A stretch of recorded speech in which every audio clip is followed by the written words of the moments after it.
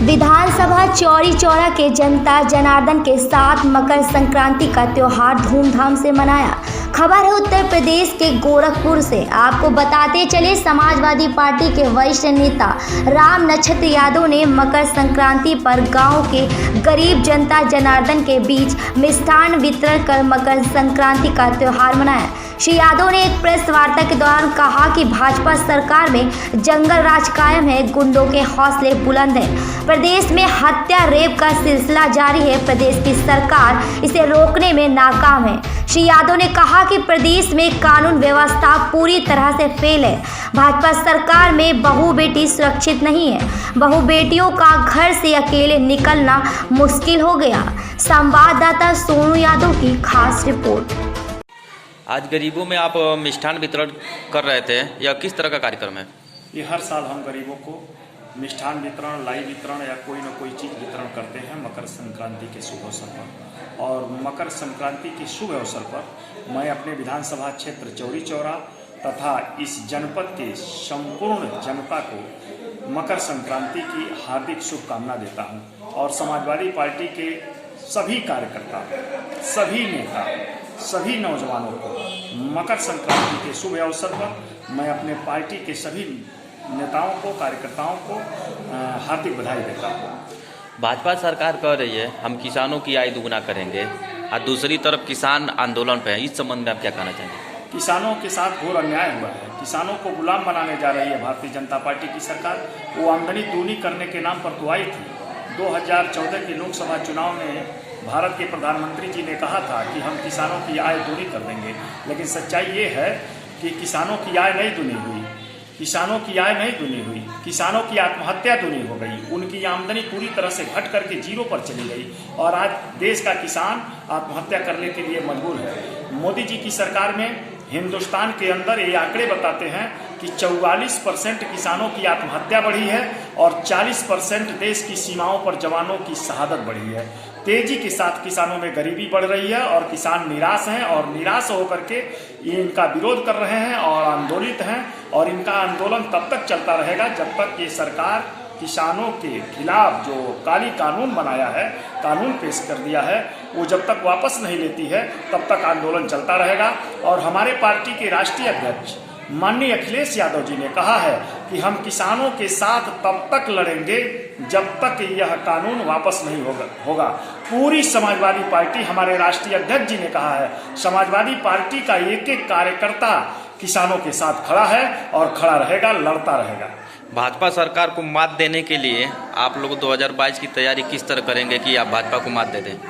किसानों को जागरूक करेंगे, किसानों के बीच में जाएंगे और गांव-गांव में संगठन मजबूत करेंगे। समाजवादी पार्टी के जितने फ्रंटल हैं, युवजन सभा, यूथ ब्रिगेड, लोहिया वाहिनी, छात्र सभा, मजदूर सभा, किसान सभा, शिक्षक प्रकोष्ठ, बुद्धिजीवी सभा, महिला सभा, इन सभी को मजबूत करके हम बूथ स्तर पर भारतीय जनता पार्टी के काले कारनामों को जनता को बताएंगे, नौजवानों को बताएंगे। नौजवानों में निराशा बढ़ी है, तेजी के साथ निराश हो रहा है इस देश का छात्र और नौजवान, और हम बताएंगे। और लोग समाजवादी पार्टी के पक्ष में मन बना चुके हैं। एक लहर चल रही है उत्तर प्रदेश के अंदर कि अगली बार 2022 में अखिलेश यादव उत्तर प्रदेश के सीएम बनेंगे, उसके बाद ही उत्तर प्रदेश की और देश की हालत सुधरेगी। कानून व्यवस्था के बारे में आप क्या कहना चाहेंगे?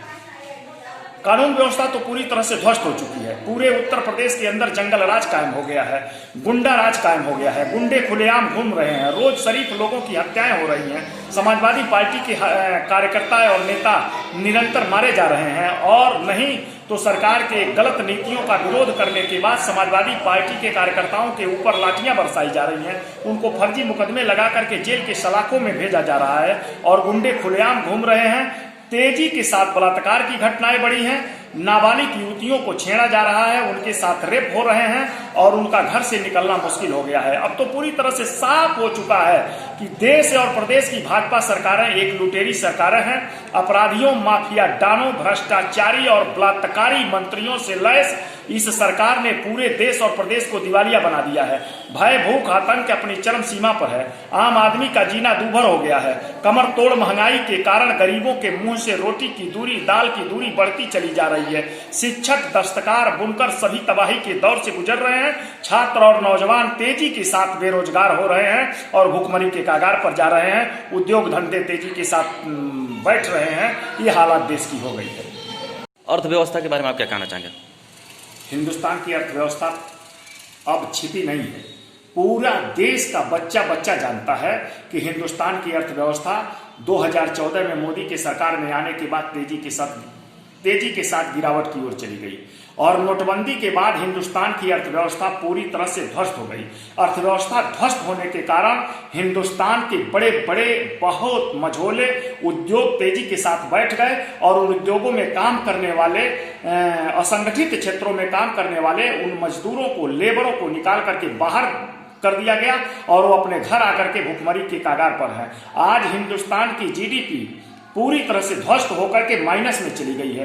भारत की अर्थव्यवस्था -23 +9 से घट करके -23 तक चली गई।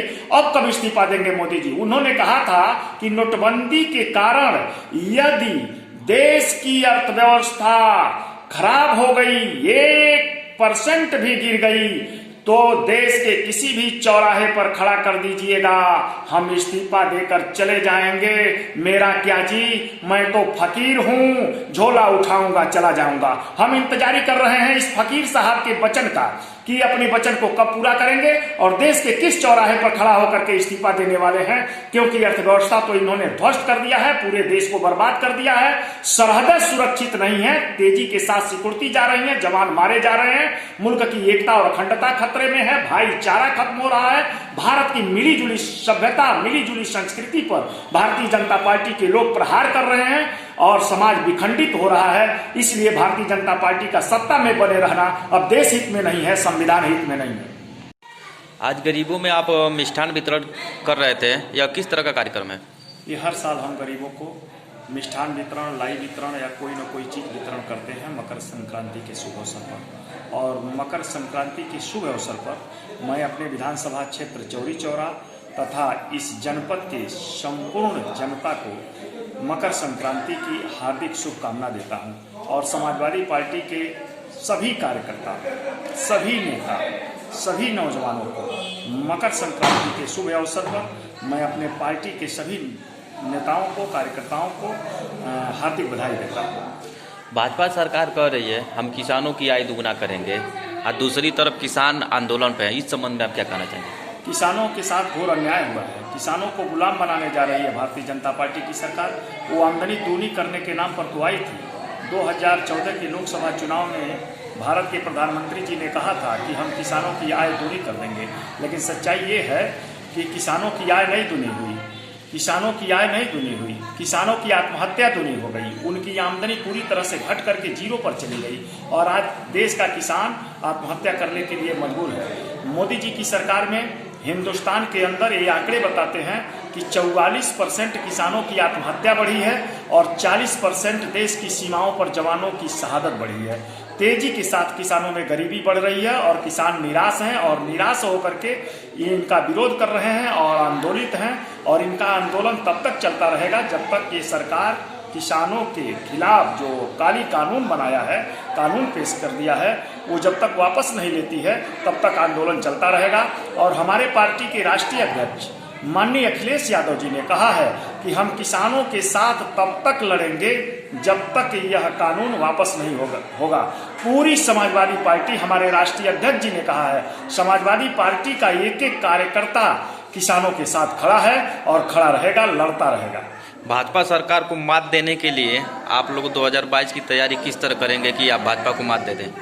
किसानों को जागरूक करेंगे, किसानों के बीच में जाएंगे और गांव-गांव में संगठन मजबूत करेंगे, समाजवादी पार्टी के जितने फ्रंटल हैं, युवजन सभा, यूथ ब्रिगेड, लोहिया वाहिनी, छात्र सभा, मजदूर सभा, किसान सभा, शिक्षक प्रकोष्ठ, बुद्धिजीवी सभा, महिला सभा, इन सभी को मजबूत करके हम बूथ स्तर पर भारतीय जनता पार्टी के काले कारनामों को जनता को बताएंगे, नौजवानों को बताएंगे। नौजवानों में निराशा बढ़ी है, तेजी के साथ निराश हो रहा है इस देश का छात्र और नौजवान, और हम बताएंगे। और लोग समाजवादी पार्टी के पक्ष में मन बना चुके हैं।